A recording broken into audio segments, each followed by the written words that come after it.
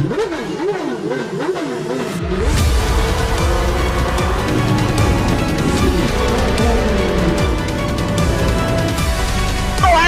the two of them. The inside of Coates. Barker gets too heavily involved. And that's Whitehead and Coates.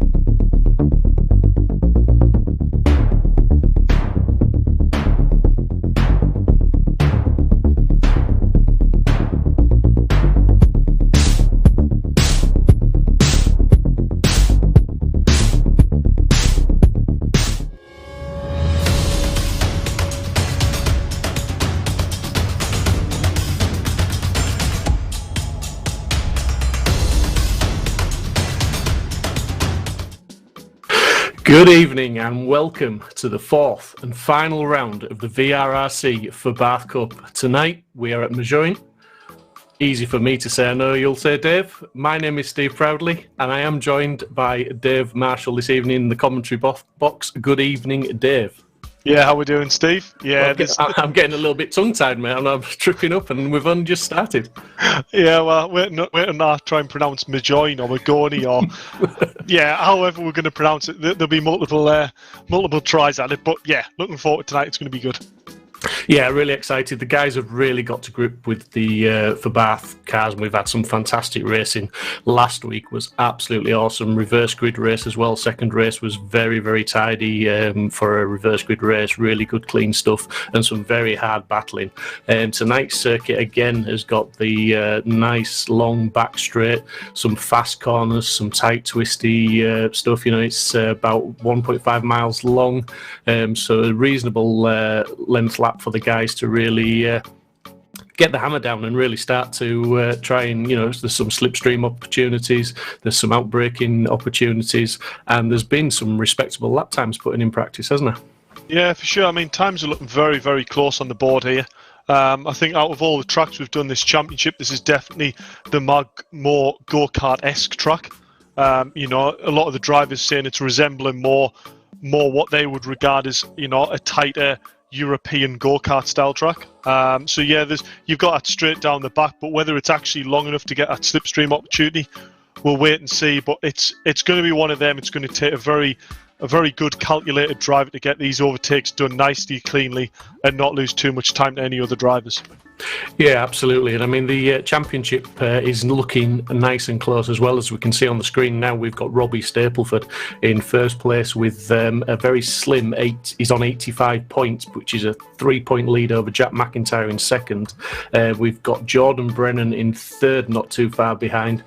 And we've also got Mike Epps in fourth place, but Charlie Oliver in fifth and Isaac Smith in sixth. They're not out of contention by any means. So it's all very, very tight up there, isn't it, Dave? And you know, it's still anybody's championship. Yeah, for sure. I mean, the race that's gone on in this championship, especially the past two rounds of it, it's been incredibly close. And we've seen in the reverse races that just about anything can actually happen. So we've seen Mike Epps there.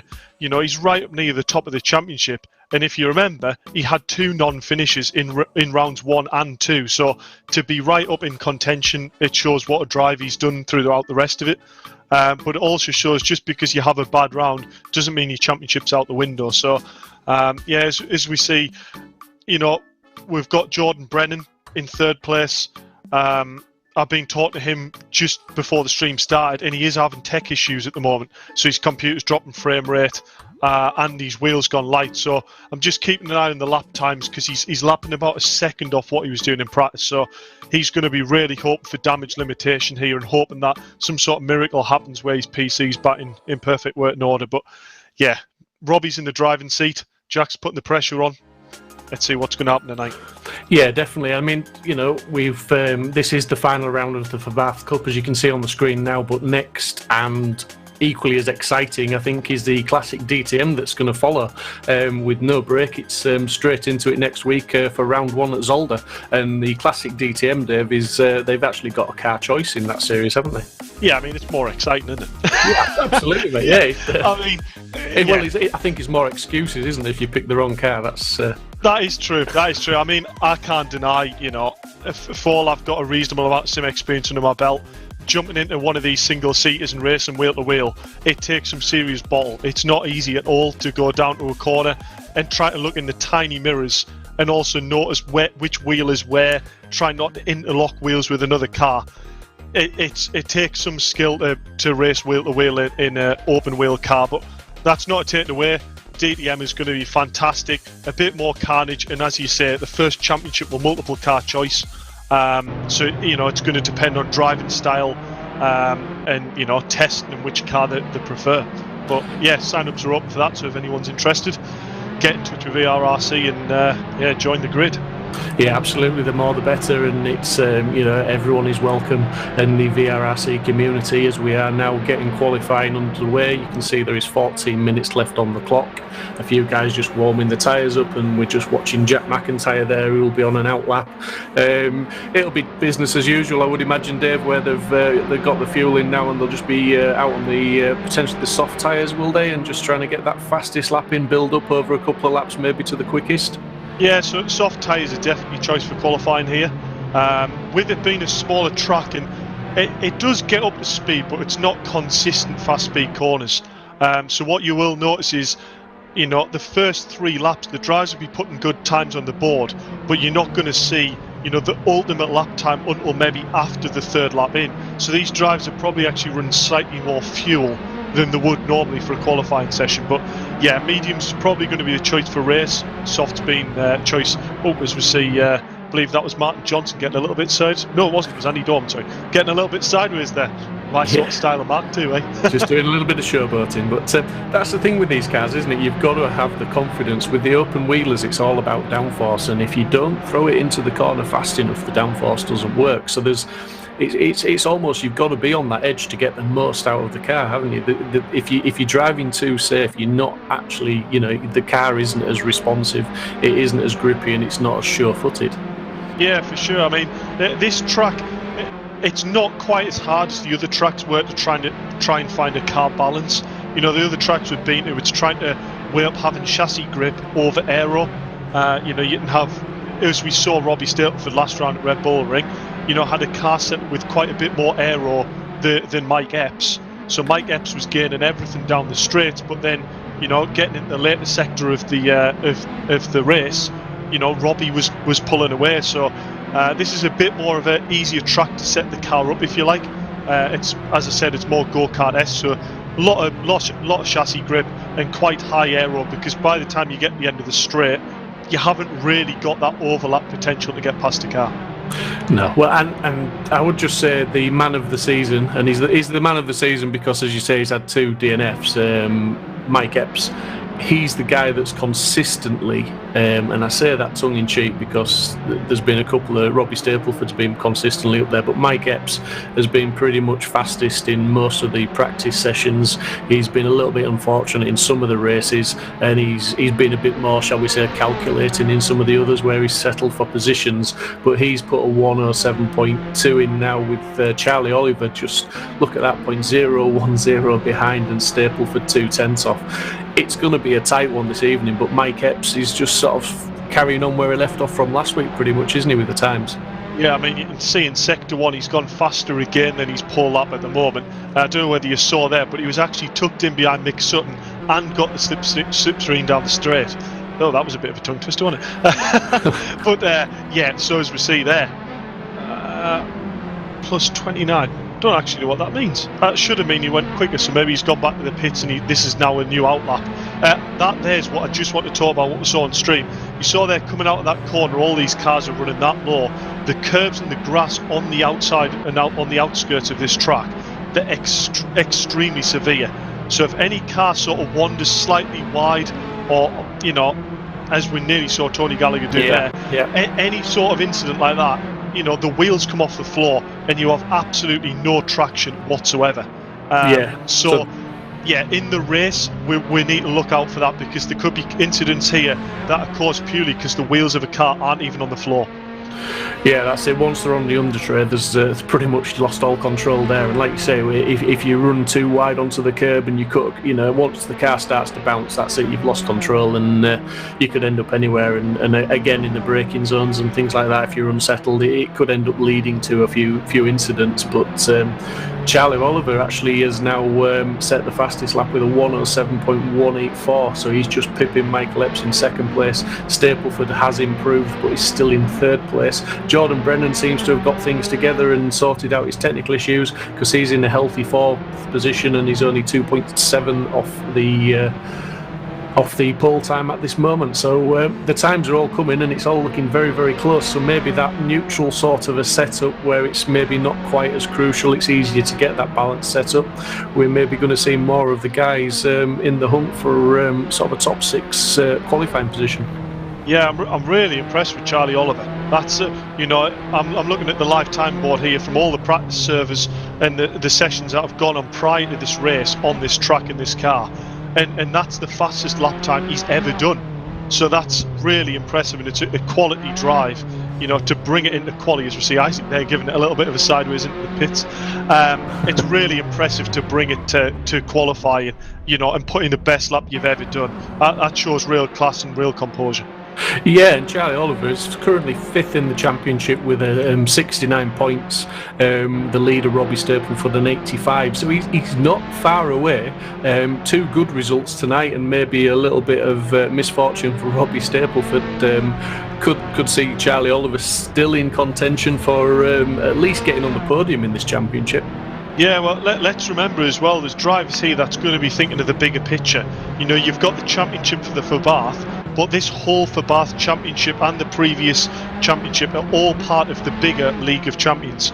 So Jordan Brennan is currently top of League of Champions with Jack McIntyre in second. Jordan's going to be thinking, let's just try and get a few points here over on Jack and maintain that lead. Mike Epps didn't do the first championship. So for all Mike Epps is, in contention to win the Fabarth Championship, it's not necessarily the top of Jordan's priority to think of him as a worry. It's not his direct rival. His direct rivals are the Jack McIntyre and also Charlie Oliver. Yeah, I mean that is it's a real beauty of the League of Champions with the 4 championships that we've got going on with them, because obviously as much as it's is that Jack McIntyre we're just seeing in the gravel as well there. That's a bit of a rare sight, isn't it? It is, isn't it? Yeah, get it out of the way now while they can. But just while you've got the individual championships, which are bragging rights and some smaller prizes, I believe, aren't there? For there's trophies and caps for top 3. Yeah, so they've got some. They're battling for not just pride but a trophy as well, and caps and things like that. But it's the big picture. So you've got guys that are in just this championship. Some guys may well have entered just for these 4 rounds, and they would be potentially have been looking to score well in this and do well in this individual championship. But you've also got a core group of drivers that are racing for the whole of the league, and they're looking at the big picture with some fantastic prizes on offer at the end of the whole League of Champions, which is it's really shaping up to be some fantastic racing in the different disciplines. Yeah, for sure. I mean, this is the first time we've run a League of Champions, but it's definitely not going to be the last. The format seems to be working itself really well. The multiple championships of different discipline. It's really bringing the drivers in that maybe wouldn't necessarily, go and drive a classic DTM car, but then because they're part of this overall league, they've gone, you know what, we're part of it, let's give it a go, and they've jumped in and gone, these cars are great. This is what driving's about. It's proper raw. No traction control, no ABS. I've just noticed there, Mike Epps has actually gone pole by 5,000ths of a second. Yep. That is very, very close. I was going to say, when Mike Epps is having to really try when he can only be on pole by 5,000ths of a second. Charlie Oliver doing an outstanding job, as you said, Dave. Yeah, I was just looking at there. Charlie was actually, the little P symbol next to his name meant he was currently in the pit. So I wonder whether he's had them Allen keys out that Mike Epps had last week, and whether he's just giving it a bit of fine tune to try and find them extra 5,000ths. But yeah, if that pace is anything to go by, this race is going to be, well, mental. Yeah, well, I mean, it can still change. We've got 5.5 minutes of qualifying left, plus the little bit of overtime for them to finish any laps they're on. So there is still time for these guys to get another 2-3 laps in, and you know, as you can see, the times are close. It's just come across the car there. I believe that was Will Fairclough. Yeah, just having a little spin. Which, to be fair, I was just telling you before this. You know, Will Fairclough, you know, very busy businessman himself. You know, turned around and said, "Listen, Dave, I didn't have time to really practice this week. Can I book a session in 5:30 today before the race?"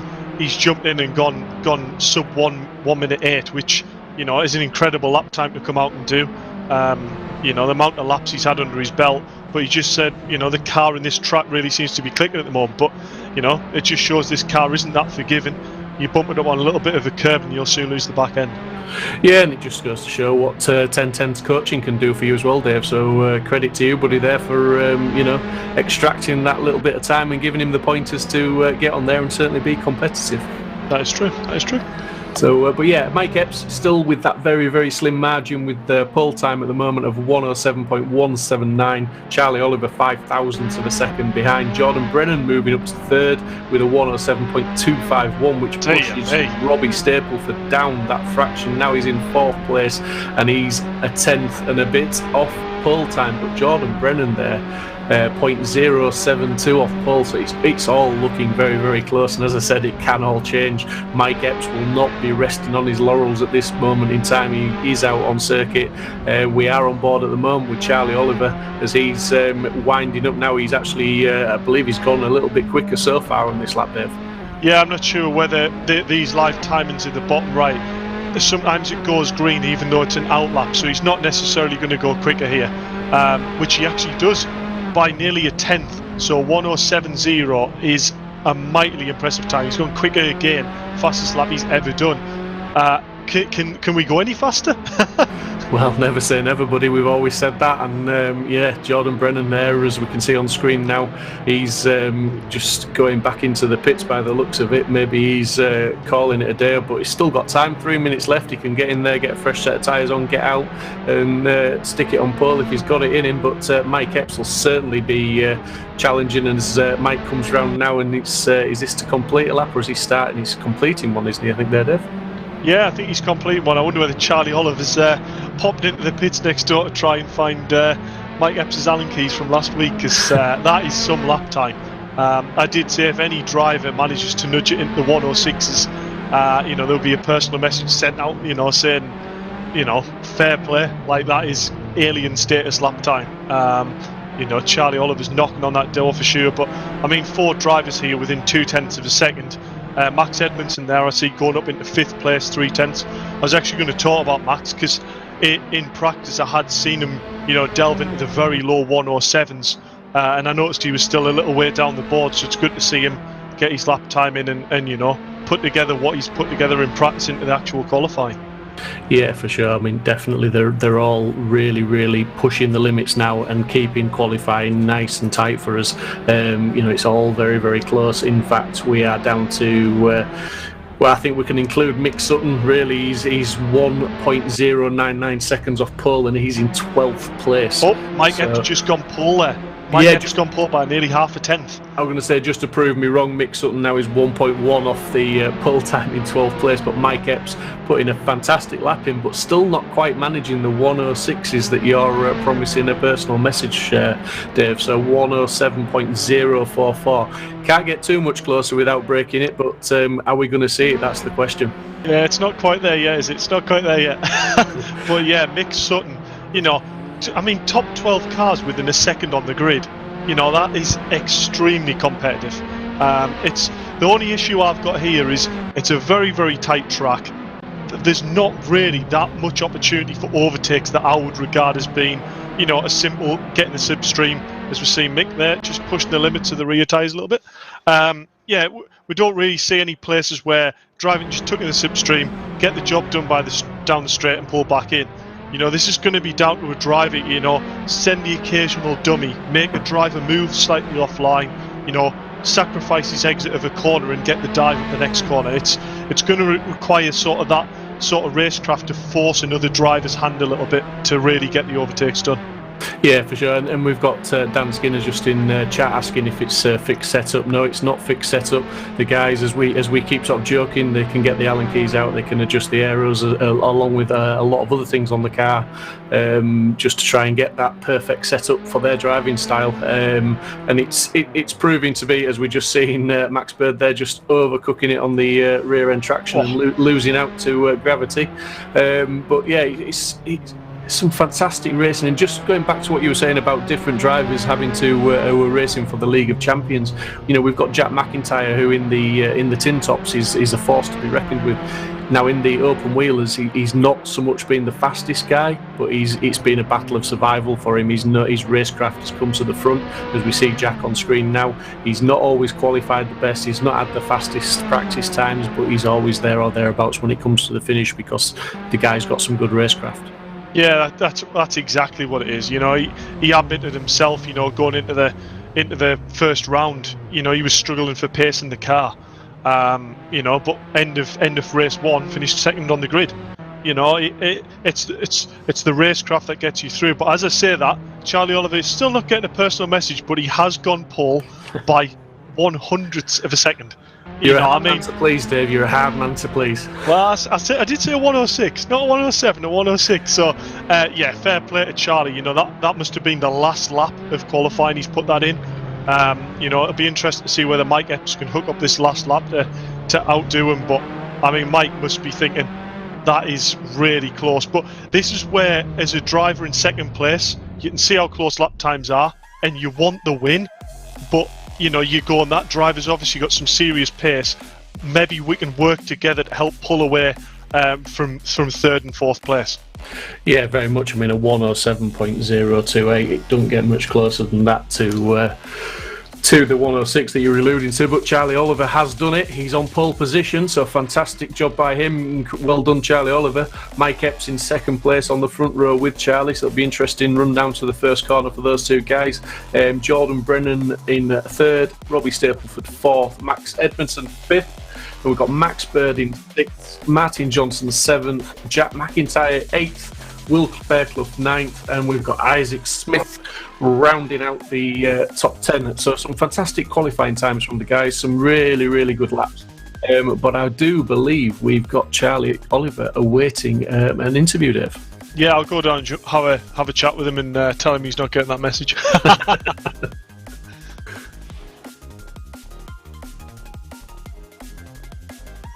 Right, then I should be able to hear you now, Charlie. How are we doing? Good, thanks. Yeah, tight battle with Mike, but just, I think it was 16 thousandths in the end, right? Yeah, 16. Yeah, it really doesn't get any closer, does it? I would like to see a digital display of how much your nose cone must have been in front of Mike Epps there to do that lap. But yeah, what does this do for strategy of your race? Do you look at that and go, well, Mike's equally as fast? We've got a tenth and a bit over third and fourth. Do you just work together, or have you gone, no, I've deserved this pole, let's go for the win?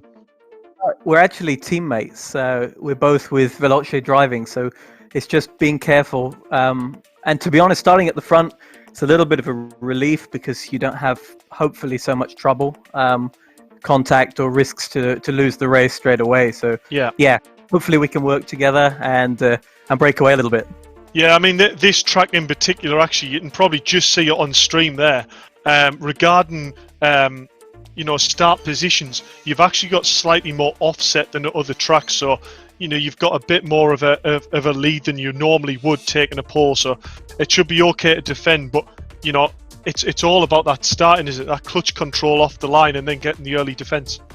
Yeah, it's going to be very tight, but one of the nice things is I've raced Mike quite closely at Vallelunga as well, and he's really fair, very fair, so I know that the battle will be clean, so it's always a positive going into it. Yeah, he's clean, but he is also very fast, isn't he? Which is the problem. A couple of weeks ago, he had no practice. He came through from the back. He finished second. So. Yeah, he's some driver, but obviously you've proved yourself. You're also some driver because you sat here on pole in front of him. So, I did actually look in the practice laps beforehand. You weren't even going half a second with him. What you've done there. So was that some setup changes, or were you maybe holding a little bit back on the timing sheets, or where did you find a bit extra? A bit of both. I've worked with Janne de Prins, who's a fantastic setup engineer, to hone the setup, but also not to give everything in the practice, because everyone's watching. If you change something, for sure they can see. So it's just trying to deliver it at the right minute.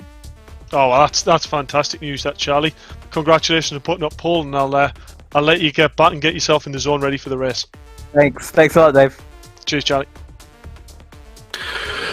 So I think it's fair to say that Charlie's pretty pleased with his pole position there, and as you rightly spotted there, Dave, pole position at this track just gives them a couple of yards, maybe more advantage over second place. So the run down into the first corner, it should be, I won't say easy to defend, but easier than at some tracks to defend.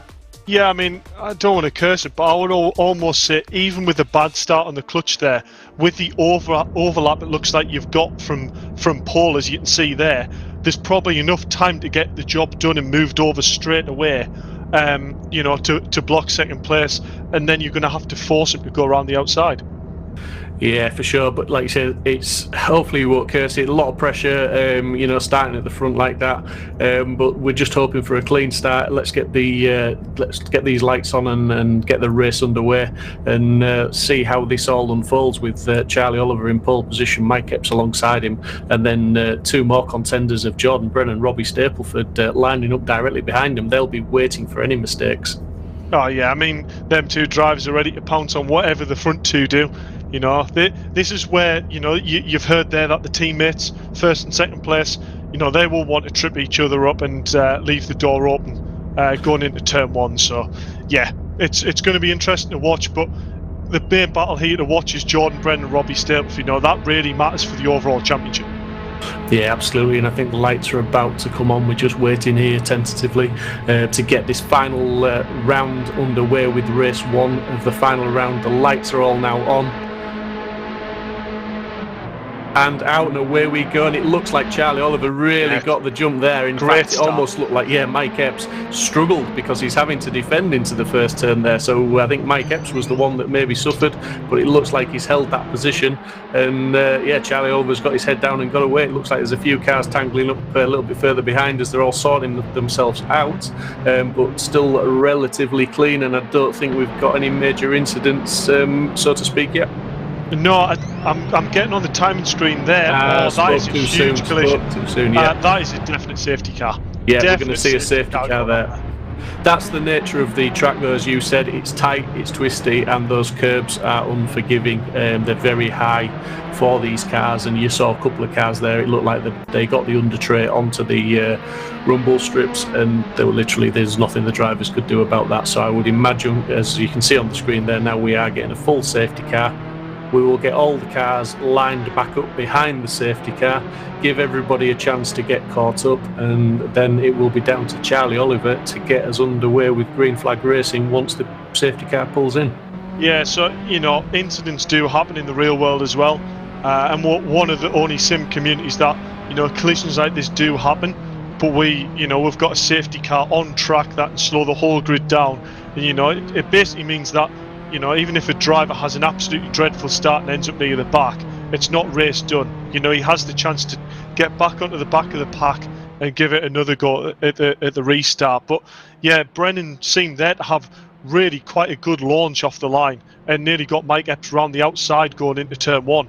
But this is not really what Charlie wanted. He was away on a clean break there by nearly half a second. He's unfortunately being gathered by the safety car and, put the brakes on.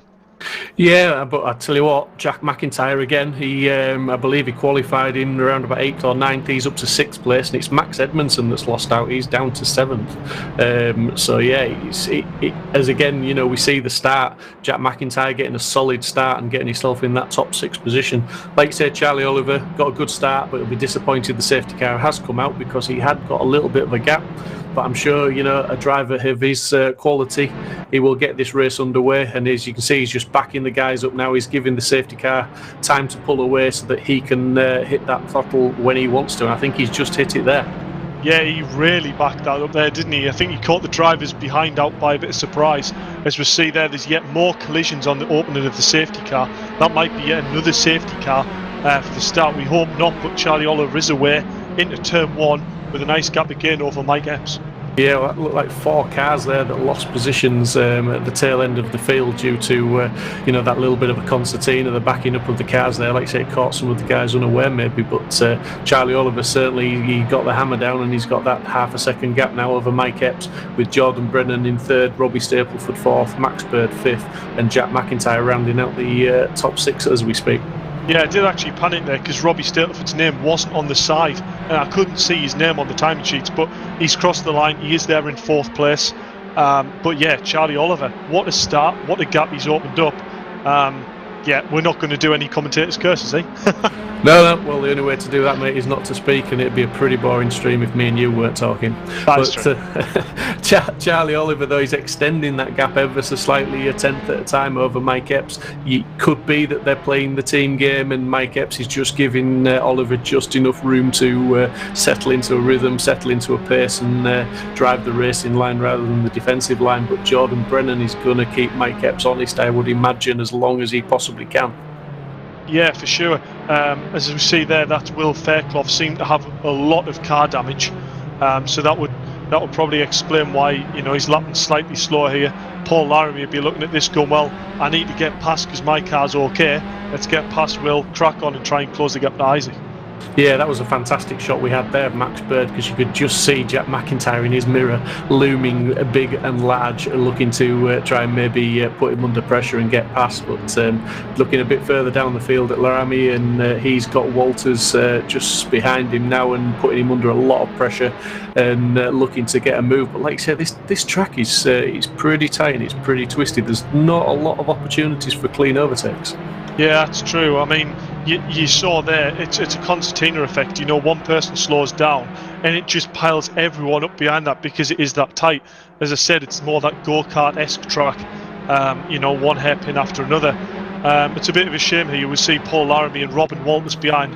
I'm going to put my hand up now and say I think Robin Walters has probably had the most unlucky season from any driver on the grid. We hope to see him in Classic DTM. He's got great racecraft and his car controls there, but he's just been incredibly unlucky this season, unfortunately. Yeah, very much so. And it's very unfortunate, it's the nature of the beast with the open wheelers that it is easier to get tangled up and lose positions, and it's not always through any fault of your own, but it is what it is. It's racing. As we see Charlie Oliver, 4 laps completed and 1.1 second now to the good of Mike Epps. Mike Epps equally almost a second to the good over Jordan Brennan in 3rd. Robbie Stapleford still there in 4th place with Max Bird 5th, Jack McIntyre in 6th place, and Max Edmondson in 7th. So Max is still trying to hang on to the back of Jack, as we can see here now. And Max has got some good pace, as we saw in qualifying, so I think he should be able to tag on to the back of Jack as long as he hasn't got any performance impact with any damage he's got. But he's certainly going to try and put pressure on Jack, as Jack's trying to put pressure on Max Bird. Yeah, for sure. I mean, Max does have some really good pace here, and he did out-qualify Jack Max, so Jack will be thinking here that Max is going to be charging, but it's whether or not tyre conservation is going to come into it here. I mean, is Charlie pushing the tyres too hard? Has he done the test to know how hard he can push the tyres early on in the race? Because Mike Epps isn't slow, and to open up a 1.2 gap on Mike, that is some serious pace, so I hope his tyres last there. Yeah, I mean, it could be that, we're second guessing, but it could be that Mike Epps is just, he's let him go thinking, well, Mike's certainly got the pace that it would appear over Jordan Brennan in 3rd. He's got a comfortable margin of a second, so it may be that he is doing the tyre preserve thing and thinking that, Charlie Oliver may come back to him towards the last quarter of the race or so. Yeah, I mean, what I'm actually noticing is the cars are relatively spread out at the top. You've got nearly a second and a half now to Mike Epps, then another second to Jordan, then half a second to Robbie. The gaps aren't actually as close as what I would have expected them to be looking at the lap times. We're looking at the top 12 separated by a second, so maybe that's a bit of a case of bits of damage at the start regarding a bit of contact, or maybe we're finding that this track, with the cars running slightly higher aero, we're getting a bit more turbulent air, a bit more dirty air for cars that are following. Yeah, and I think with it being such a tight track as well, we're just riding on board with Fairclough, and you can see every time he hits the curbs a little bit too hard, it really unsettles the car, and it throws them way offline and missing the apexes and things like that, really costing them time. Although Fairclough is putting Isaac Smith under a lot of pressure as we speak, and he's doing really well, driving right onto the diff of Isaac Smith. I mean, I imagine that both these cars are damaged. Looking at the front wing, certainly of Fairclough, that's not at the normal angle, it's slightly down on one side, and so is Isaac Smith. So yeah, just to confirm, both those guys have got damage at least to the front wings, and I think Isaac Smith, in fact both of them, I think have got damage to the rear wings as well. Yeah, I mean, I was going to say Will's car's definitely damaged, but then I saw the angle of Will's front splitter, and then I saw Isaac's and went, no, Isaac's is properly damaged. So, yeah, Will's probably going to have a little bit more front end traction here, which is why we maybe see him have a little bit more entry speed into corners. But this is where Will just needs to sit back a lap, take in what Isaac's doing, and learn whereabouts on track he's quicker. And then you can set up then that overtake the next lap and make it really authoritative and go, that's my line, I'm having that. Because we've seen Isaac in the past few races, you try and put around the outside of him and he's not giving you any room. Yeah, just looking at the timings up ahead now as we're still watching this battle here, but looking at the times ahead, Charlie Oliver, that gap, it had sort of settled down a little bit over Mike Epps, but again now he's just taken another couple of tenths out of him. They're still lapping now, I would say, closer than they were time-wise at the start of the race. They're both doing the 107s around 0.6-ish. The last lap of Charlie Oliver's was a 0.8, so in fact he's just crossed the line to do a 107.5. Mike Epps was a 107.6, so he's just extending that lead, or he did seem to extend that lead ever so slightly. I think it is about management, isn't it, this race now? I think these two guys, Charlie Oliver, Mike Epps, they've got that gap over third place Jordan Brennan. They're teammates, they're not wanting to trip up over each other. I think maybe they're just going to keep going as it is, do the tyre management thing, and we may see a bit of a battle in the last quarter, last 3, 4, 5 laps of the race. Yeah, this is exactly what the front two wanted. They both respect each other. They both know they're going to give each other space and not push each other off the track. And they've got that nice buffer of a second and a half over third place. Out of the slipstream, Mike's not putting that much pressure. We see that's Max Edmondson right on the diff of Jack McIntyre here. So that battle is really heating up as well. Yeah, definitely. We said Max Edmondson, he had the outright hot lap pace over Jack McIntyre, which he showed in qualifying. But we're looking in the bottom right of your screen now as well at Robbie Stapleford on the back of Jordan Brennan, and we know that Robbie is he's certainly a man to be reckoned with. He's certainly got the pace. His racecraft is growing from week to week. We've just seen him. I was just saying earlier off air that Robbie Stapleford, he's really impressing me, not just in this series, not just in this League of Champions, but since I started commentating with VRRC in the TT Cup way back. He's certainly a driver that is growing in stature and confidence.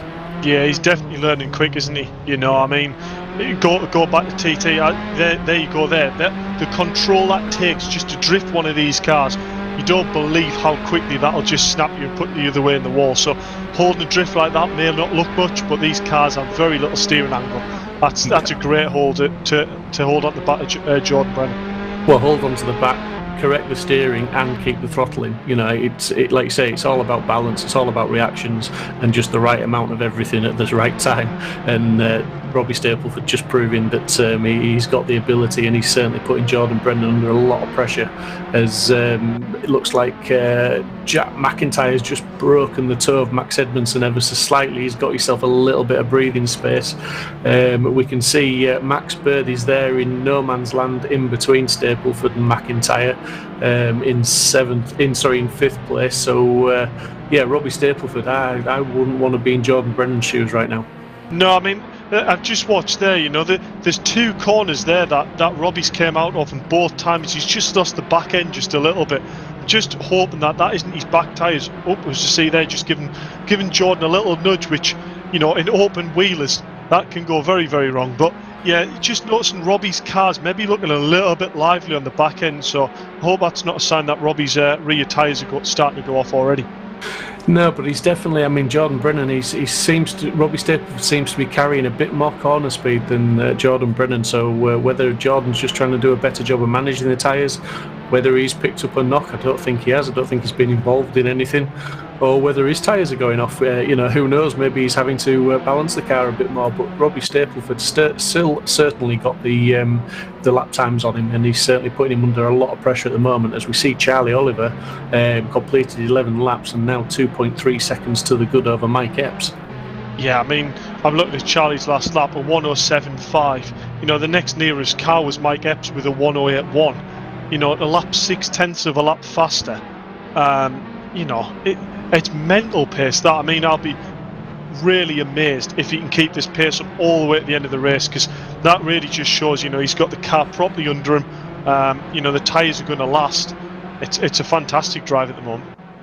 Yeah, absolutely well measured and a great performance. And like you say, as long as he's not burning those tyres out too quickly with 6 minutes and more or less 15 seconds left on the clock, he's a long way from home, really. The last 6 minutes, as we've seen with these tyres on these cars before, it can all change within half a lap. We've seen the pace drop off dramatically in some of the races. Yeah, for sure. I mean, I'm watching this battle here as we go to Martin Johnson for a move on Andy Dorman up the inside. That's a great move. Job done. Nice clean overtake. I'm really interested to see whether that was just setting up the corner previous, to make Andy Dorman run a slightly bit wide and then just leave the inside nice and up for a nice easy overtake. Yeah, it looked like he'd forced Dorman defensive because he'd really got the corner speed on him again and forced it up the inside. He literally pushed the door open and said thank you very much and sent it through. So great move from him and great awareness from Dorman as well. He could have quite easily turned in, but he didn't. He left enough racing room once he realised he was there. So great drive from those guys. As we're looking at Edmondson now again, he's closed that gap up again to McIntyre. Now he's within half a second, just under 4/10 at the back in the slipstream, so he'll be closing up ever so slightly. Like you say, the straights maybe not quite long enough here, and Max isn't quite close enough to do anything about it, but Jack took a little bit of a wide late entry into that corner and pretty much missed the apex by a good car's width there, so that's allowed Max to close right up onto the back again. And I would say Max is potentially driving the tidier lines at the moment compared to Jack. Yeah, I wonder whether, as we just see Jack there, that there was what I was on about, the car bottoming out and just, pushing him onto the grass there. Was to see Max Edmondson's going to try and outbrake it, or just staying within the track limits there. If he'd got that wheel on the grass there, that would have been game over. But fair play, he's kept it in. He's going to go and try and go around the outside again of Jack, get the undercut towards this corner. This is a very little tight complex to try any sort of move on Jack here. Little moves like that, just sort of losing a little bit of time there. He was never going to get that move going into that left-hander, but focus on getting his drive out up the straight, getting in the slipstream. But I noticed on the previous lap, maybe Jack's car here is maybe running slightly less aero, hence why Max can't quite get onto the back of him to get the overtake done. Hence why Max seemed to be pushing a lot wider in this right-hander here than what Max did. Yeah, definitely, and it's looking like Brennan's made a mistake as he's dropping down now to 7th place. So that has promoted Robbie Stapleford to 3rd place, Max Baird to 4th, Jack McIntyre to 5th. It's unlucky there for Brennan, not what he wanted in this championship battle.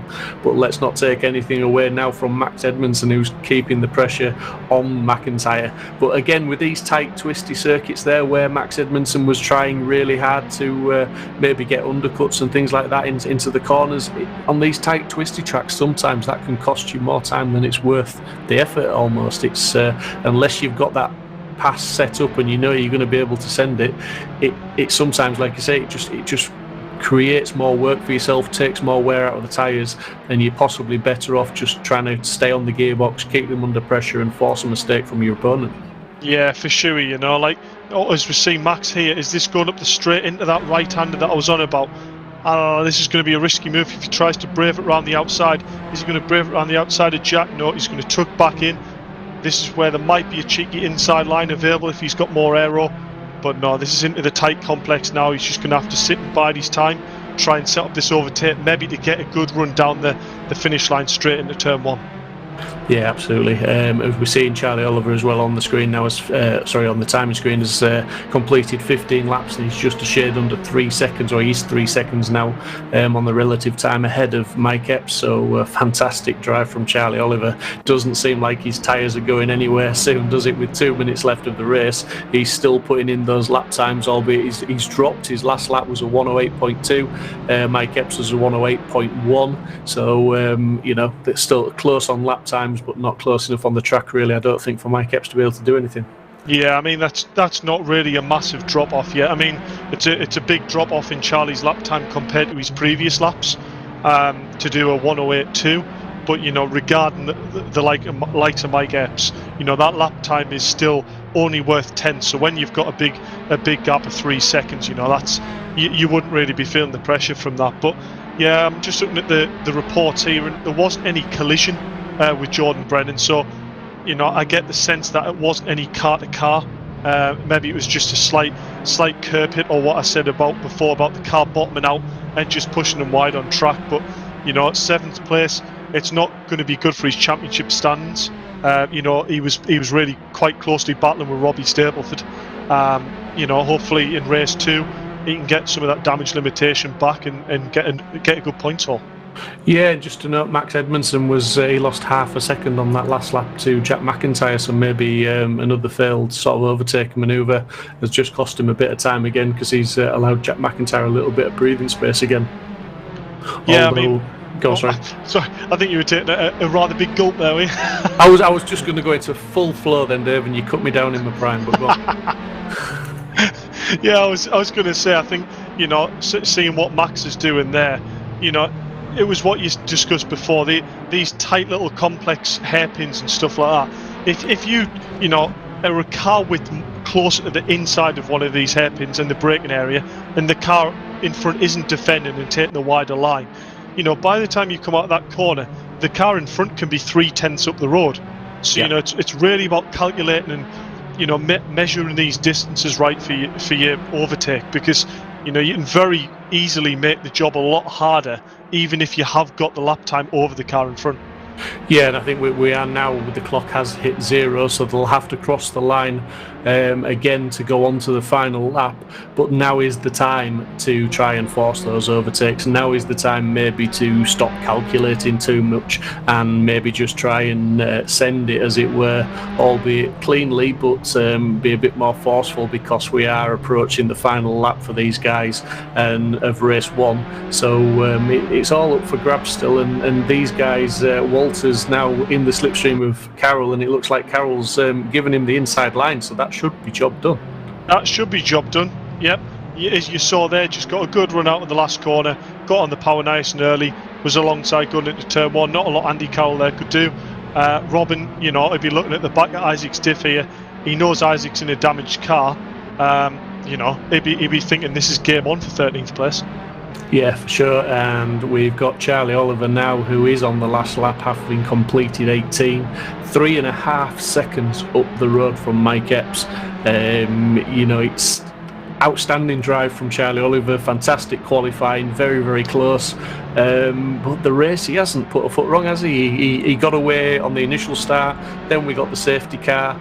He really floored it at the right time. He was very tactical with how he backed the field up, and then hit the throttle and got away, and he had half a second lead once they'd finished the start-finish straight, I think. So fantastic drive from Charlie.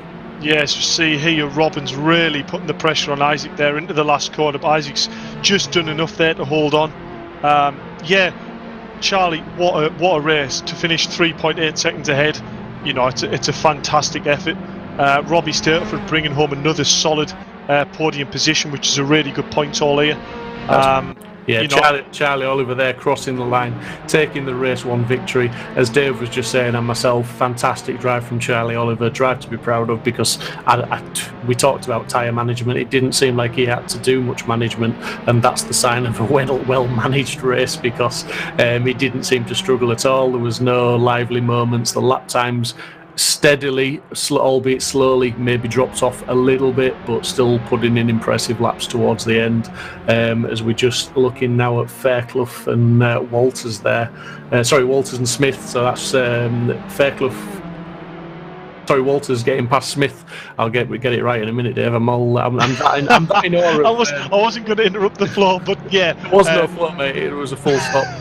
Yeah, Robin Walters there just getting past Isaac Smith down the straight. Job done on the last lap, across the line.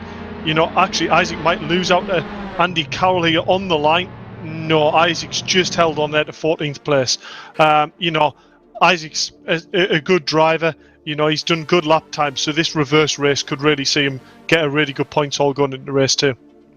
Yeah, Charlie Oliver takes the race win in race 1. Mike Epps in a solid second. Robbie Stapleford in a great third place for him for his championship. Max Bird in 4th. Jack McIntyre, solid 5th place as ever from Jack.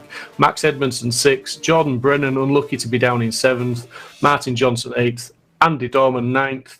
Mick Sutton, that's a good result for Mick in 10th place. Great drive from Mick. Tony Gallagher 11th. Will Fairclough 12th. Robin Walters 13th. Isaac Smith battling away to the end there in 14th. Andy Carroll just didn't quite manage to get Isaac on the line in 15th. Paul Army 16th. So fantastic race from all involved there, and some great results. And I believe we've got a few guys to interview, Dave. Yeah, we do. I'll jump down in the interview box now and give them the questions. Right, then we'll go to third place first. Robbie Stapleford. I would say it was quite an uneventful race, but I mean the start was absolute carnage. I've used that word once, or only now. Carnage once. Yeah, I mean it looked a bit like a car park at times, but the safety car came out. It dispersed. I mean, up front, was it relatively clean up front for the start of the race? Yeah, got a decent start, then just got in behind Brennan, and then the safety car came out. Then me, Mike, Brennan and Charlie just pulled a gap on Max and Jack. And then we started to pull away, and then Brennan started making mistakes, and I just couldn't find a way by, and there's nowhere to overtake around this track. Yeah, we have noticed it seems like quite a difficult track to sort of get an overtake done. It's going to depend on like trying to set an overtake up and force a driver to go slightly offline. But we didn't actually see what happened to Jordan, but I presume there was no contact there. It was literally just Jordan maybe getting a bit of curb and running off into the gravel, I take it. Yeah, he just ran wide coming out going into the double right, and the exit curve just took him straight out. So. Yeah, well, it's a solid effort, Robbie, and it's another great points haul for your championship standing. So, solid drive and good luck going into race 2. Yeah, thank you. Mike Epps, a relatively laid back second place, that wasn't it? Yeah, it was one of those. I was following Charlie, thinking, well, I'll level his pace, and he had really good pace. So at first, I was thinking, is he on soft or something? He had really, really good pace. But that proved through the whole race, so I didn't really have much of an answer there. So just kind of, I pushed a little bit, and then I thought, no, I'll just hold where I am, and save it for the scrap to the front in the next one. Yeah, I mean, we were looking at Charlie's pace, and we're looking at the lap times, thinking, can he really hold that pace all the way at the end of the race? But sure enough, his lap times did drop off, but unfortunately by that point the damage was already done, and opened up the 3.5 second gap. But yet again, another solid effort drive by your Mike, and you kept it clean and bringing home the points, which is good for the championship standings.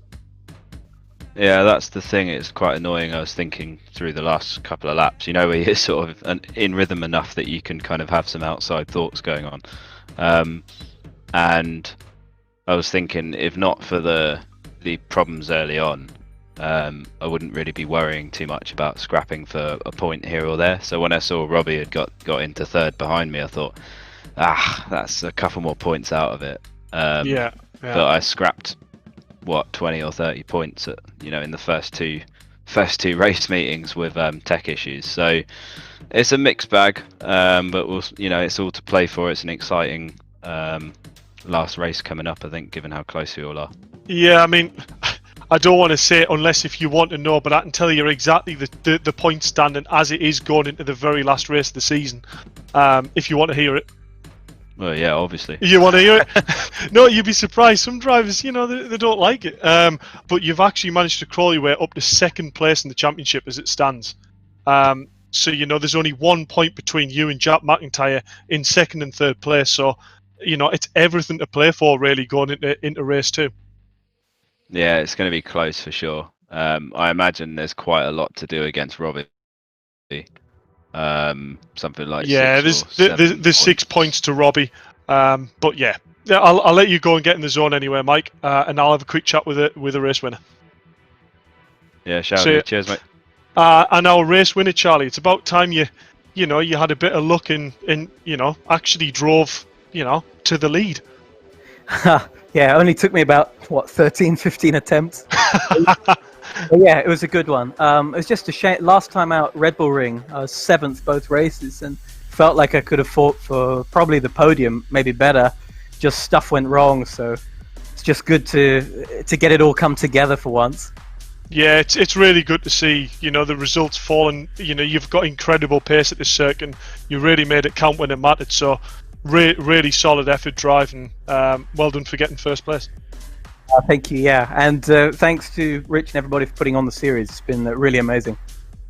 Yeah, well, good luck in race 2, and trust me, the fight is on for second place. That's all I'll say. Nobody wants second place, but I try my best. Cheers, Charlie. So we're just waiting to get race 2 underway with our reverse grid. Race 2 reverse grid's always exciting stuff, as we can see the cars now all lined up on the grid ready to go. So we're looking at Will Fairclough, I believe now, Dave, in pole position for this race. Yeah, I mean, how did he turn that one round? I saw him backwards in race 1, and then he's managed to pull himself back up to 12th place and put himself on pole for race 2. So yeah, good luck to Will for this one. He's got good lap times here. Let's see if he can hold it together.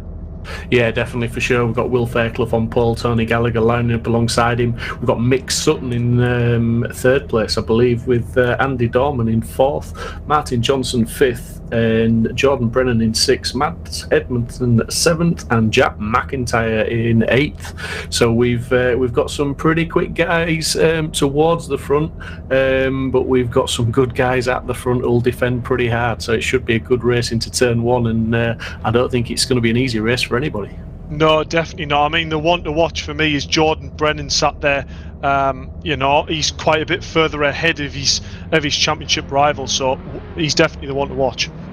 Yeah, definitely the tactics, the cards may be stacked in his favour in the position he's got now as the lights go on, the engine revs rise, and we're getting ready to get race 2 underway as the lights go out and away they go, and Will Fairclough gets a fantastic start. Tony Gallagher wasn't much of a slouch at the side of him, but looks like Will Fairclough's just got enough room to cut back and protect that lead. The rest of the guys look like somebody got a little bit out of shape there. I'm not sure if that's Mick Sutton that's just wiggling, and a few guys collected. I think we are going to see the safety car on this after this first lap.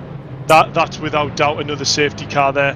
That this is exactly what I was on about before, about open wheel, wheel to wheel contact in these cars just doesn't end well. Cars get spun out. There's nothing really you can do about it. But this is the last thing Will wants. Clean start, half a second ahead of Tony, and the safety car's going to end out in front of him. Yeah, but you know what? Jordan Brennan 13th, Mike Epps 6th, Charlie Oliver 7th. It's all change at the top at the moment, and Jack McIntyre, as ever, dependable Jack, in 5th place. So he's managed to stay clear of trouble. Jordan Brennan, it looks like he maybe got just caught out and tangled up a little bit there, because him and Max Edmondson have both lost a lot of places. Yeah, I mean, I'm looking at Jack's car there, and actually Jack's car looks like it has quite a lot of damage on that front left and actually the whole side of his car. So hopefully there's not too much damage done to his car. But yeah, Mike Epps and Charlie Oliver, both the front runners in the previous race, right up behind Jack now. So be interested to see how much pressure Jack gets put under. But yeah, I'm sure he's he's going to be capable of defending this one. Yeah, and apologies to Mick Sutton, because from the aerial view all I could see was the colour of the car, and I thought it was Mick that was maybe having an issue, but Mick's still there in third place, so good start from Mick. But Will Fairclough got it away off the line pretty well. Tony Gallagher alongside him doing an equal job. Be interesting to see how Will deals with the safety car restart, as I believe he's starting to maybe just back them up a little bit. He seems to be slowing off a bit. Yeah, that'd be fair early to try and back them up going onto the back straight. But yeah, I mean, I'm looking down the grid. We've got some big runners a long way back. Robbie Stapleford, I've noticed, is actually in the pit lane. So that is huge news regarding the championship standings. Yeah, must have picked up so much damage that he just can't continue, or he's having to go in there and get the damage repaired and get back out and see what sort of a job he can make, as we just see somebody else going off in the background there. But yeah, Will Fairclough's going to be under a little bit of pressure now to get this race restarted, and he's just gapping that safety car, weaving to try and keep some heat in those tyres as the safety car's pulling off. And Will Fairclough's going to get these underway as soon as he chooses. Yeah, I've noticed Robbie Stapleford is actually back out the pit, so he's going to be on the push to try and get on the back. But here we go, Will Fairclough, Mick Sutton down into turn one. Hopefully Will realises he's still on cold tyres here. You know, just steady on the throttle, nice cool inputs. Don't look in his mirror, just get his head down. So we see Jack Mack with a great start up in third place. Yeah, he got Dorman under a little bit of pressure. Dorman ran wide, and McIntyre just didn't need that second invitation to go through on the inside and take third place away from him. Mick Sutton up to second place. Will Fairclough got away, got the start, and he's maintained the lead, and he's just gapped Mick Sutton by half a second. So Mick Sutton has now got Jack McIntyre to contend with and concentrate on his mirrors, as you can see there. Yeah, we see Mike Epps here. He's got a good line out of the corner onto the straight. Pulled alongside Andy Dorman here into the right-hander. Better traction. Is Charlie Oliver going to try and follow him through, going into the double right? There's a collision. Contact, yeah. Big spin by Charlie Oliver, and I believe he's in the wall. Yeah, I'm not sure if he made contact with the wall or not, but possibly he did a full 360 and he's nice and safely rejoined. But he's certainly lost ground now, down to 13th as it stands at the minute, and Mike Epps into 4th, one place behind Jack McIntyre. So Jack McIntyre is trying to put it around the outside of Sutton.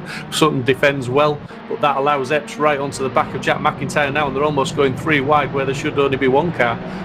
Fantastic drive from all the guys, but Jack McIntyre up the inside of Mick Sutton. I'm sure he's going to get that move done now. No, Mick Sutton still defending. Jack McIntyre really up the gearbox, and Mike Epps just in for the just watching at the minute.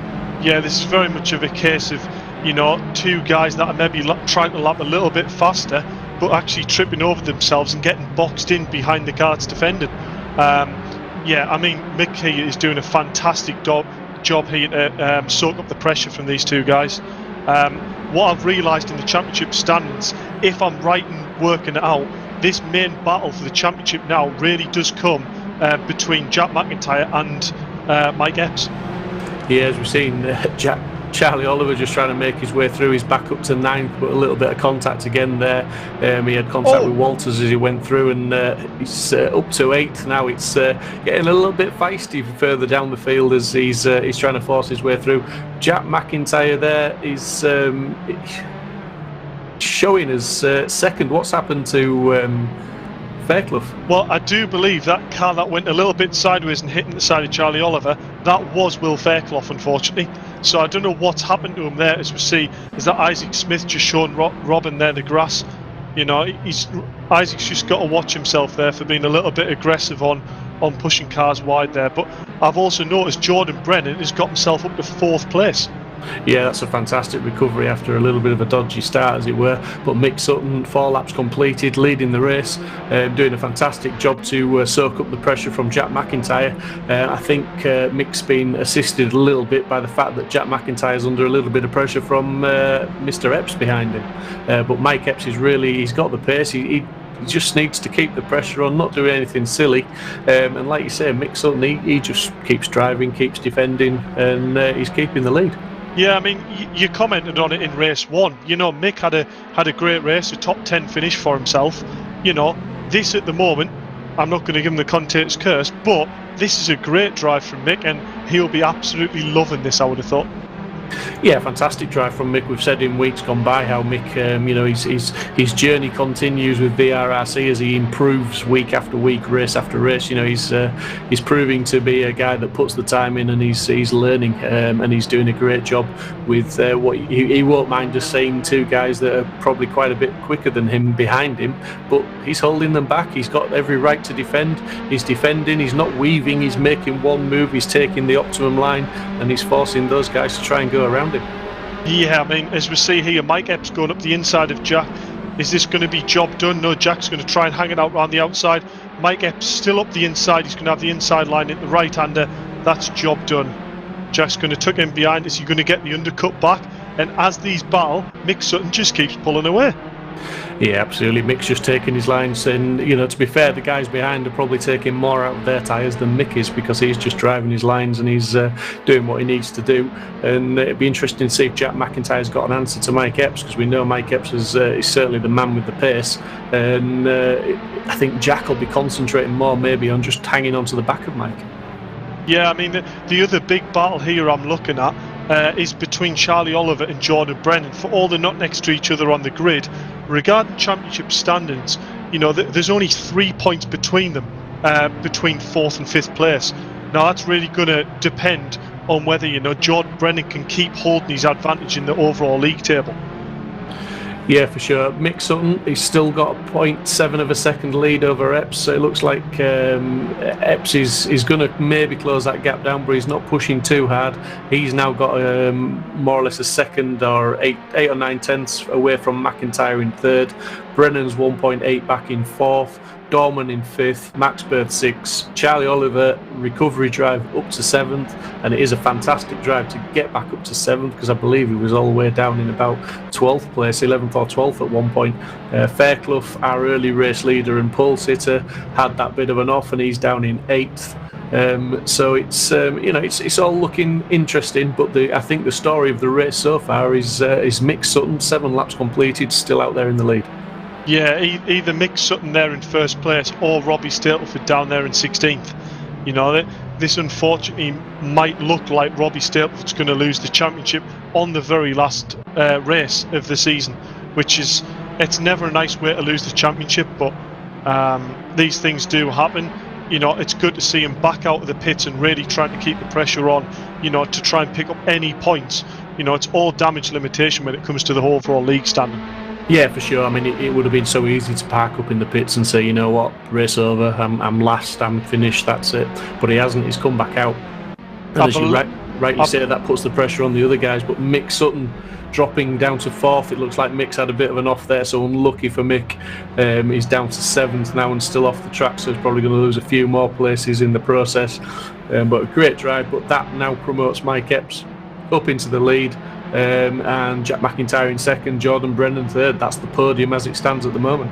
That's a huge shame for Mick Sutton there. I don't know whether that was a move by Mike Epps there or just run out of tarmac and find himself in the gravel trap. But this track, for all it's relatively small, it doesn't take any prisoners. The curbs are lethal here, and any gravel trap really pulls you in. So unfortunate there to Mick. It looks like maybe he's slightly losing his tyres, actually. Maybe that's the case of it, but hopefully we'll try and get a chat with him after the race and find out what happened. Yeah, I mean, we saw some shots there of Charlie Oliver's cars. We're looking at him again. He's got a damaged car. He's been involved in a couple of incidents. He's looking like he's certainly his front wing's got a little bit of a tilt to it. But he is pretty much, I believe, the quickest man on the track at the moment. He's closing down Dorman in 4th place. I don't think a podium is out of the question. I don't think we should write him off for a podium this evening. No, I mean, Mike Epps, he's got a 1.7 gap here in the race. He's going to be looking at, and it's weighing up whether Jack has got the advantage over Mike Epps. That's going to be the key. If Mike doesn't think he's got the pace, he'll probably back it off and look after his tyres a bit more and just bring it home a bit more securely. But we're seeing Jordan Brennan here actually closing the gap to Jack Max. So that's going to be interesting. If them start to battle, that could really close the gap with Charlie Oliver. Yeah, it looks like Max Bird's had a bit of an off there on the start-finish straight. I'm not quite sure what's happened there, but he was certainly into the wall, and he's lost a lot of places now. He's down to 13th place. as it stands. We're just following Mick Sutton around again there. I think Mick, to be fair to him, just mention Mick again because that was an outstanding drive at the beginning to maintain the lead for so long. I think he did enough in those opening laps, 7-8 laps of the race, to say that, to show what an improved driver he is, and that was a fantastic performance to have the likes of Jack McIntyre and Epps behind him for so many laps. Yeah, I mean, it's very easy to look at Robbie Stapleford, you can see his progression because, he's had the wins and what have you. But, I mean, to be fair to Mick, where he came into these championships here, it's actually, I just talked about Mick as he's going sideways towards a gravel trap. That's an unfortunate timing. But I think he got a little tap there from Tony Gallagher, and he's collected by Max Bird there. These things just happen. I think he's parked it in. He's called it a day because he'll be one very frustrated man. Yeah, absolutely. But like I say, I think personally Mick did enough in those opening laps to say, well done, Mick. Fantastic drive in those opening laps, and onwards and upwards to hopefully we'll see him in the classic DTMs. Yeah, I think we should definitely pick up his morale and say he was definitely one of the best drivers on the grid today with the way he drove there. So there you go, Mick. Yeah, absolutely. Solid 10th place in race 1 and, good showing in the early parts of race 2, so well done. We're just watching Isaac Smith, who had a very difficult first race with a lot of damage on the car. He's in 7th place at the moment, right behind Will Fairclough, and all in closing, he looks like he got a better exit out of the turn, and he's putting Fairclough under a lot of pressure. He's got past him on the straight, but I'm not sure if that's going to transpose into a lead, but it has. Fairclough's run wide, tried to carry too much speed, and he's ended up off the track and more or less gifted the position to Smith. Yeah, I mean, I was talking to Will Fairclough, as I said, before this race, and he did say, these cars are completely new to him. He's never drove a Formula style car before. His sort of expertise has always been in tin tops. So it's very much of a case of it's all a learning curve, but he's definitely looking forward to the classic DTM, which is next, and he with his progression that he's done so far, he really hopes to show what he can actually do. Well, here's a question for you. We've got Charlie Oliver in 4th, Jordan Brennan in 3rd, Jack McIntyre in 2nd. Charlie Oliver is the fastest of those 3 guys, and when I say he's the fastest, he's around about 4/10 quicker than Jordan Brennan on the last lap and 8/10 faster than Jack McIntyre. Is it out of the question for Charlie Oliver not only to get 3rd place but potentially be battling for 2nd? You know what? I'm going to put my neck on the line. I'm going to call it this. Mike Epps, Jordan Brennan, Charlie Oliver, Jack Mack. That's the way I can see this developing. I'll put it out there. But, Jordan's really closing the gap to Jack Mack here. That lap time was almost exactly the same. All Jordan needs to do here is get that little bit closer, get in the slipstream, and it might be job done on the straight. Meanwhile, while they battle, Charlie Oliver's going to be closing onto the back of them, hopefully take quite a big chunk of that time out. Then Charlie will be pressuring Jack, and we know Charlie is fastest guy on track. I bet you a packet of mini cheddars, Charlie Oliver gets 2nd. I bet you a tub. You're a man of confidence. I like it. But yeah, I mean, Charlie Oliver is considerably faster than those guys at the moment, and that's an interesting gap to watch, and it is coming down. It's now down to 2.4. So it's closing, I think, fast enough to turn it into a good battle, although neither of those guys in front of Charlie Oliver are going to be easy to overtake. Meanwhile, Walters is on the back of Fairclough. So as I say that was a prime example, as you've said before. He ran wide onto the rumble strip and it just bounced the car, unsettled it, and once those tyres lose contact with the tarmac, it's gravity, you're just going to spin, and that's exactly what happened. He was just pushing, wasn't he, for that extra drive onto the straight. Yeah, I mean, bottomed out, lost traction, kept his foot in it, which is what you'd expect to do. When he came out on the tarmac, rear tyres bit straight into the wall. It's one of them things. These Formula cars really aren't that forgiving, but we can see here the battle with Jordan Brennan, Jack Mack, as I thought, really heating up, down to 0.2 of a second here. This is where Jordan just needs to be composed, put Jack under a bit of pressure, get a good exit, and focus on getting that move done down this straight. And I tell you what, that bag of mini cheddars is looking good for me, mate, because Charlie Oliver was 7/10 faster than Jordan Brennan and over a second faster than Jack McIntyre on the last lap. That gap is now down to 1.5. So Charlie Oliver is homing in on these two guys very, very quickly. And now that they've started battling, that gap is just going to get ever smaller. I think as much as Jordan Brennan's looking forward, he needs to keep an eye on that rear view mirror, as it were, and just watch out for Charlie Oliver. I mean, as important as this is, does this actually mean if the order finishes the way I said it, do I get a tub of mini cheddars? I believe that's the way it should work, really. But yeah, as we see, Jordan Brennan there 2/10 faster than Jack Mack, but Charlie Oliver nearly a second faster than the drivers in front. So as you said, you know, Charlie is a man on a mission here. You know, Jordan's going, I know Charlie's here, I need to get this job done, as he might have, down to the left-hander, followed by a right-hand hairpin. Jack's going to hang it round the outside, Jordan's going to tuck in, Jack keep it tidy, and there he has done indeed, and there, job done. And there is Charlie Oliver. Charlie is right on the diff of Jack. Yeah, that was a fantastic driving from both those guys. Really good stuff from Jordan Brennan. Really forced it past Jack McIntyre, which, when you're talking of a driver of Jack McIntyre's standard, it's not easy to force anything on them, as it were. But Charlie Oliver, he's got the inside line there, and he's followed through. So Brennan is not in the clear. Charlie Oliver has gone up the field now after being involved in some early incidents, into third place, and it has to be said he's looking solid to challenge Jordan Brennan in second place now.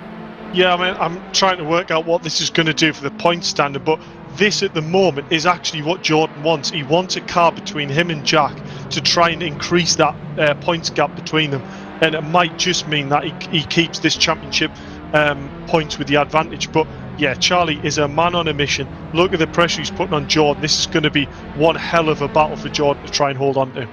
Yeah, and I mean, considering he's got damage to that car, I'm going to sound like a fanboy now, but Charlie Oliver's got damage on his car, and his best lap is still a 107.4.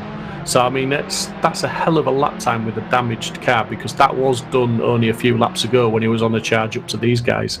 So he's certainly he's got to grips with this car, and he's certainly, I'd say, the fastest man out there tonight. Yeah, as I said before, you know, it's a bit of a shame, really, because we saw a bit of an unlucky start from Charlie at the start of the season. You know, with a few, you know, collisions and run-off tracks.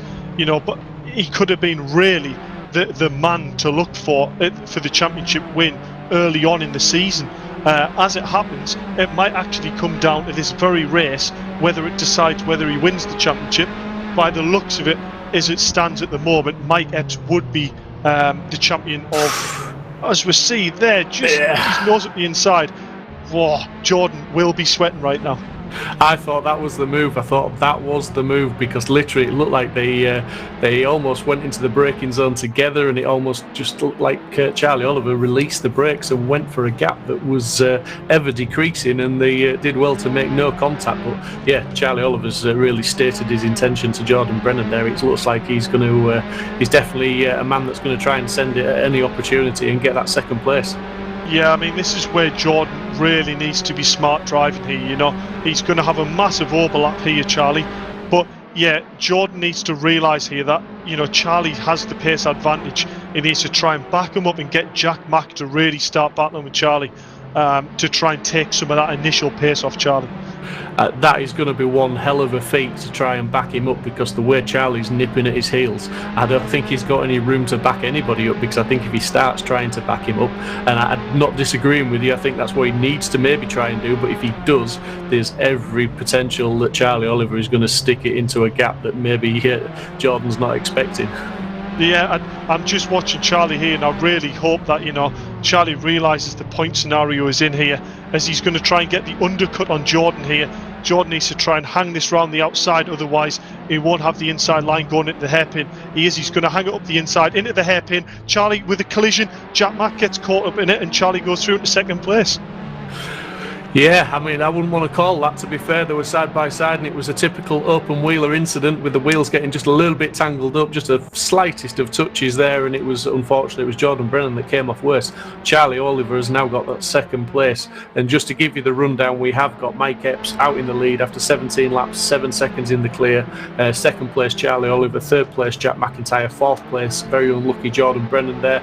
Andy Dorman in fifth, Isaac Smith in sixth, Andy Carroll seventh, Max Edmondson in eighth, Robbie Walters ninth, Gallagher rounding out the top 10. So it's been another race of not incidents but action, with a couple of little incidents thrown in, and the latest incident, that one there. I mean, any thoughts on that one initially, Dave? Yeah, I mean, from initial glance, it looks like a bit of a racing incident. I think, Charlie, went to go round the left-hander and he committed to go around the outside of Jordan into the hairpin. Jordan knew he had to try and defend it. Maybe Jordan should have just ran a little bit quicker into the hairpin, just to show his nose and go, look, I'm here, this is my corner, you'll have to do it another corner. But unfortunately didn't commit quite enough to it. There was front to rear wheel contact. Jordan then got on the throttle and span it through. That's the way I would look at that decision. It would take a clerk of the course to look at it and decide what actually happened. But I'm noticing here Robbie Stapleford is up into 12th place after an absolute horrendous start to the race. Yeah, fantastic. Credit to him. But I mean, we've got Mike Epps now on the last lap, and he's going to take the checkered flag and win race 2. He ran race 2, and he's won race 2 with a solid second place in race 1, so that's some good points for Mike Epps this evening. Charlie Oliver, fantastic drive up to second place with some good battling overtakes. Just showed that he's got a fighting spirit with some of those overtakes. It has to be said, there was a little bit of a few nudges here and there on the way through, but great drive all the same. Jack McIntyre, dependable Jack, third place as ever. He's always there or thereabouts, even when, by his own admission, he's not the quickest guy in the car. Jordan Brennan, he'll be disappointed with fourth place. He was battling for second, and he came off worst in that little bit of contact in the last couple of laps there with Charlie Oliver. But fourth place for him, solid points still in the championship. Isaac Smith fifth, Andy Dorman sixth, Carroll 7th, Edmondson 8th, Walters 9th, Gallagher 10th, Fairclough 11th, Stapleford, great drive from him when he could have so easily parked it up. Bree brings it home in 12th place, and then you've got Paul Laram in 13th. Mick Sutton, fantastic start to the race, really showed that he's learned how to defend, if nothing else, holding up Mike Epps and Jack McIntyre for several laps, with some great clean defending and some good driving. Fantastic driving from those guys. A fantastic way to finish this championship. Just great stuff. Yeah, it is, isn't it? I mean, that's the race results after, unfortunately, race 1. We will be updating them with race 2 to see the overall standings. But I believe, if my points are right, Mike Epps has secured the win for the championship, followed by, I believe, Charlie Oliver and Jack Mack might be tie on points, but don't hold me to that. I think that might be right. If you are correct, Dave, and I'm not questioning for 1 minute that you're not, buddy, but if you are correct, what a championship season for Mike Epps, considering 2 DNFs. That is an outstanding performance to score enough points. Maybe, as we said, needs confirmation of the points, but it's looking like he has to take this leg of the League of Championships with a win in the Fabarth Cup. Yeah, I mean, it's a stellar drive, isn't it? I mean, I'm absolutely gutted for Robbie Stapleford. It's the luck of the draw. Sometimes it's come down to the last race. You would have thought all he needs to do is just try and bring home like a result like he has for every other race, relatively tidy. And unfortunately, tonight wasn't his night, and he ended up in the gravel trap. Fair play. It takes huge morale to try and, finish the race after being, stone dead last, and you've just, lost the championship. But yeah, Mike Epps didn't, with tech issues, missed 2 races. It's a phenomenal result to come home provisionally with the championship win. Yeah, for sure. I mean, that's what we say, and that's what makes a great competitor, not just a great driver, is even when it's not going your way, that you don't really throw the toys out the pram, so to speak, and park it up and say, that's it. You come back out, you look at the big picture, and you think, at the end of the day, every single point I can score counts. And not only that, but by being on the track, you keeping the pressure on the guys that are trying to overtake you in the championship, because they know that you're there scoring points, and they've got to keep it clean, keep it pointing the right way. And fantastic. It shows some good maturity, I think. Yeah, for sure. I mean, we've just seen Jack Mack, a brilliant slow-mo by Mike Yao, who's doing the stream at the moment. This is what it takes to win a league.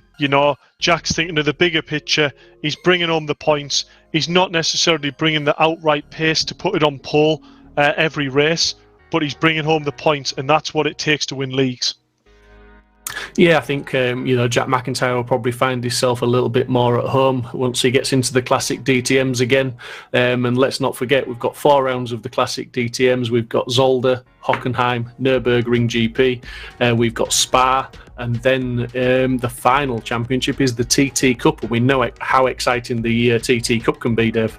Oh, I mean, the last 2 championships for me, the classic DTM is going to be fantastic, loads of nostalgia, and then the TT, which is really quite close to my heart.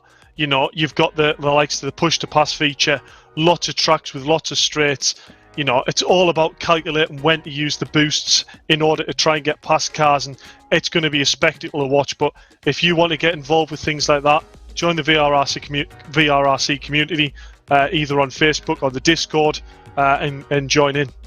Yeah, well, I think me and yourself need to jump down into the interview room now, because I think we've got some podium finishers to have a chat.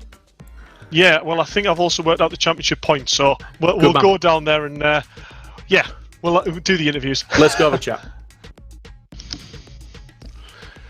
Good evening, chaps. Hello.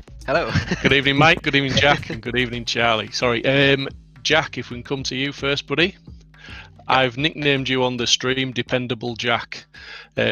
Seems to be whatever the class of car it is, even if you're not quite gelling with it or you're not the fastest man on the track, you can bring home a reasonable result, show great racecraft, and score solid points even when you're not the fastest guy out there, mate. So well done. And how was the race for you this evening? Thank you. Yeah, it was real tough tonight. I was struggling quite a lot. I've just not really had the car under me this season. I think I was lucky a bit with the Porsche last year that I got it set up really nicely early on and ran with it, but I've just never really gelled with this car. So it was tough, but to be honest, I didn't expect to do as well as I did in the championship. And like you said, it was just down to staying out of trouble and trying to score the points. Yeah, and we saw in the early stages of race 2 here, obviously Mick Sutton with the reverse grid there. He, Mick's an improving driver, shall we say, because he started not too long ago and he showed good improvement. But he held yourself behind him and Mike Epps for a little while. I mean, was that as much Mick defending, or was that you looking in your mirrors at Mike for a while? Maybe a little bit of both. I had a few corners side by side almost with Mick, but yeah, to be fair to him, he was quick. I wasn't really catching him. He was pulling away if anything. So then as soon as Mike started reeling me in, I kind of knew that was probably an inevitability. But yeah, it was good. It's a good shout for Mick because he had some good pace there. Yeah, he had a solid top 10 finish in the first race, and yeah, so he's definitely a driver improvement. But yourself, as I say, Dependable Jack, fantastic finish. I'm not sure if your good friend Dave has any questions for you.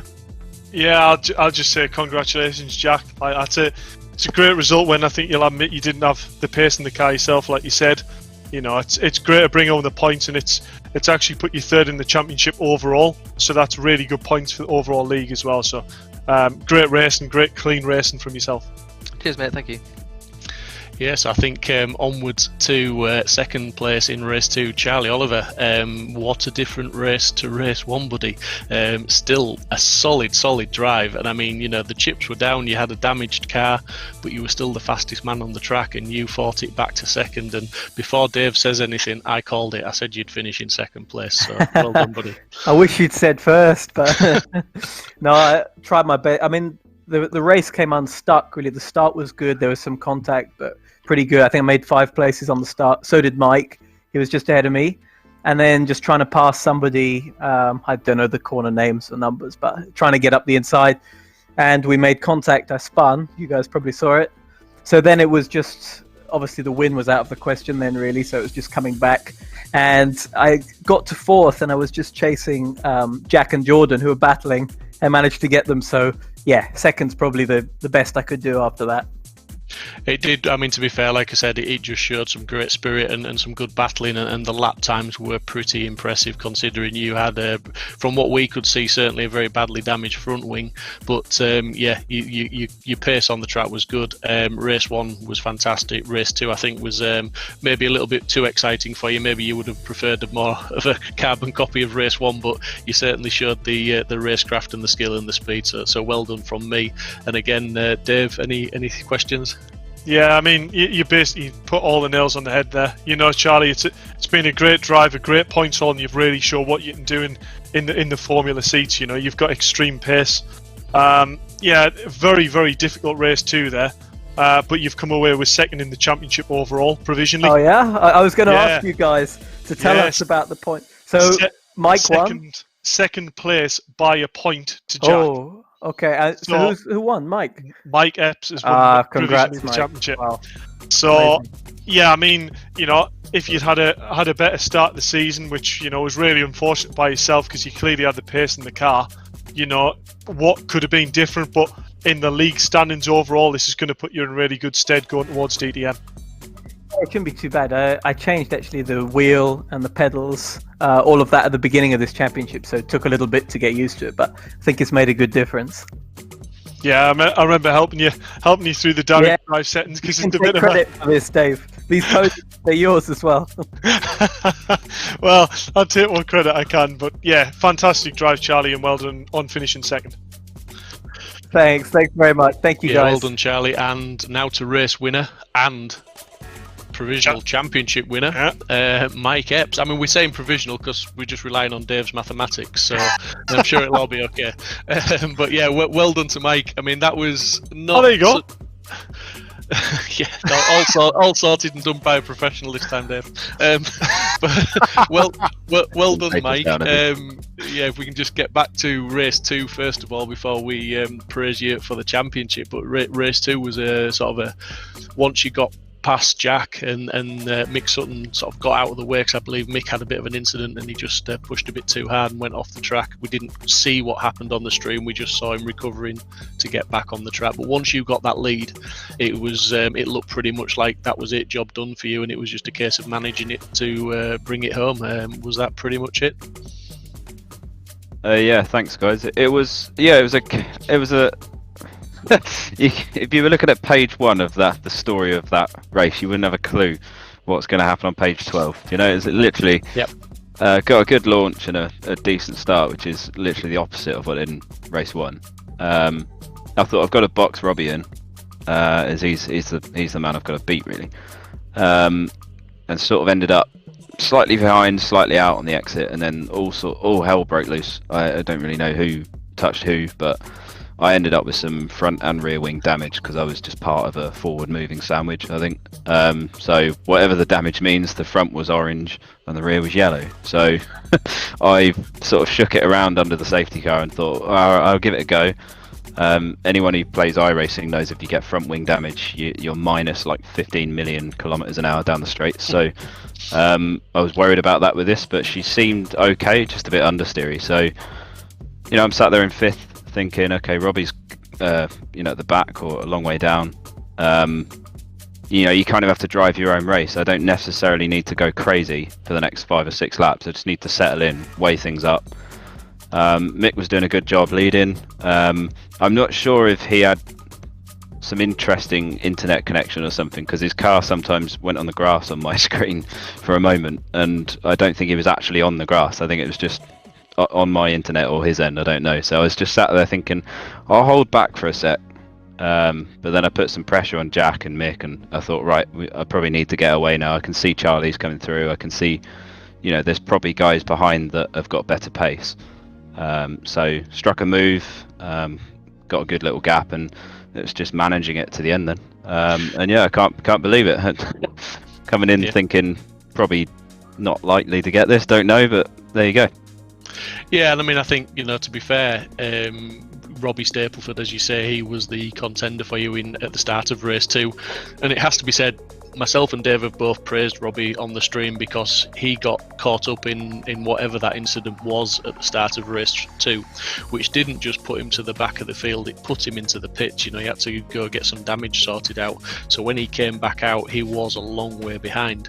But he showed great maturity by basically carrying on, because he knew by carrying on there was a chance he might pick up some points. Not only that, as we said in the commentary, it kept you guys under pressure because he was back on the track, so to speak. So you needed to finish, and you needed to finish with some decent points. So credit to Robbie. But back to you, Mike. I mean, with a couple of DNFs at the start of the season, I think that is a championship well deserved to bring it home for the win. It's well done, buddy. I think after the first round when we saw the DNFs, nobody would have really didn't go against you because you had the pace, but you made it hard work for yourself after those first couple of races.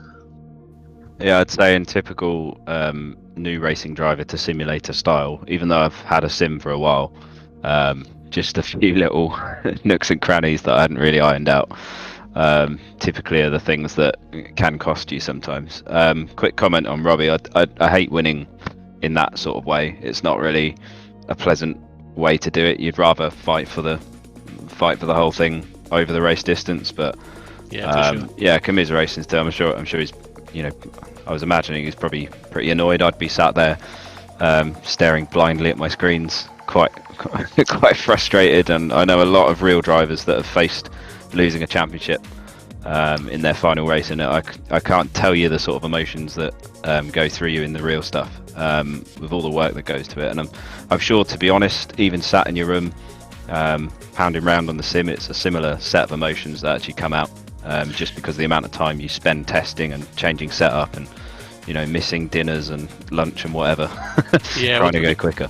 Absolutely, and to be fair, I've been commentating for a wee while now with VRRC, and I've seen Robbie Stapleford improve. So yes, he will be very disappointed that he's not won this one, but I foresee a few more championship winning drives from Robbie in the very near future. To be fair to the lad, I mean, he's got my recommendation. He's a fantastic driver. I've sat on board him for a few sort of random test sessions in the server and stuff, and I've thought, yeah, he's manhandling that, like he's doing good. So and it's credit to everyone, to be honest, in this series. It might not be a ginormous grid, but it's certainly ram-packed with personality and talent, which is nice. So I look forward to doing some more by the looks of it, as I'm hoping to. Well, I've already signed up for the mini challenge and the MSL BTCC championship, so this has been quite a good test bed to get myself prepped for that,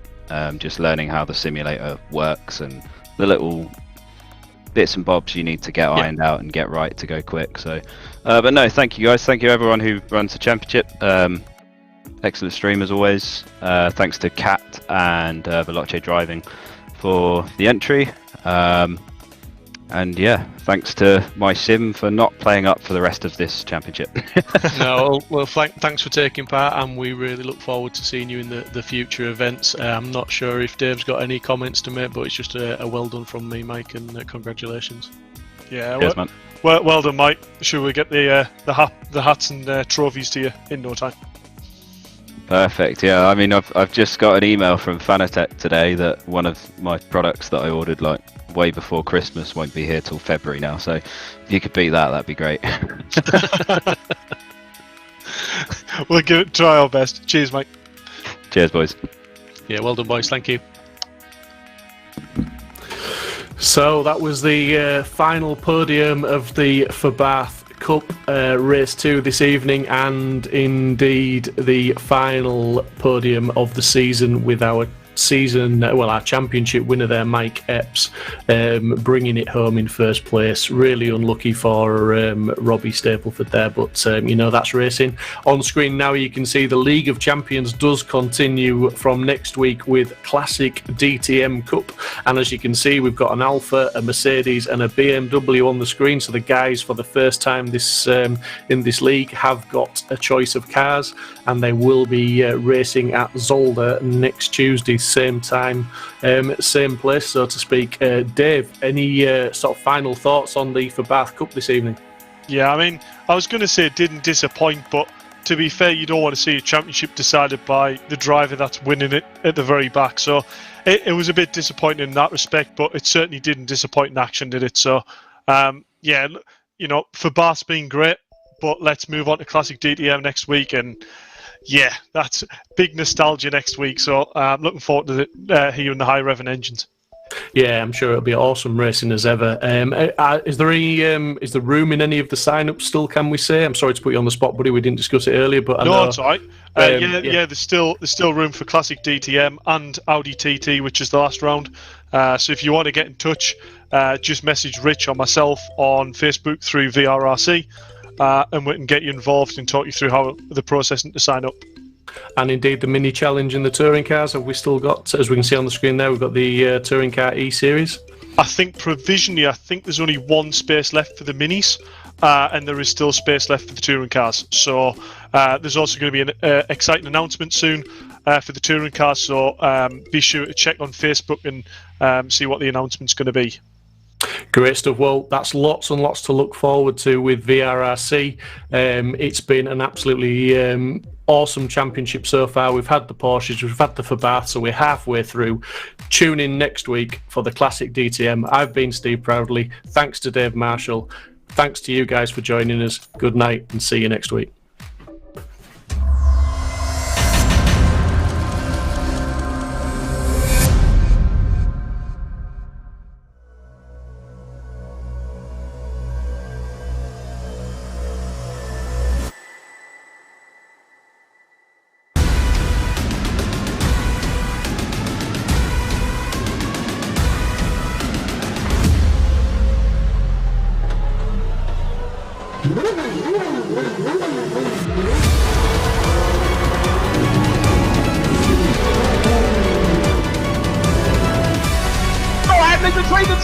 The inside of Coates. Barker gets too heavily involved. And that's Whitehead and Coates.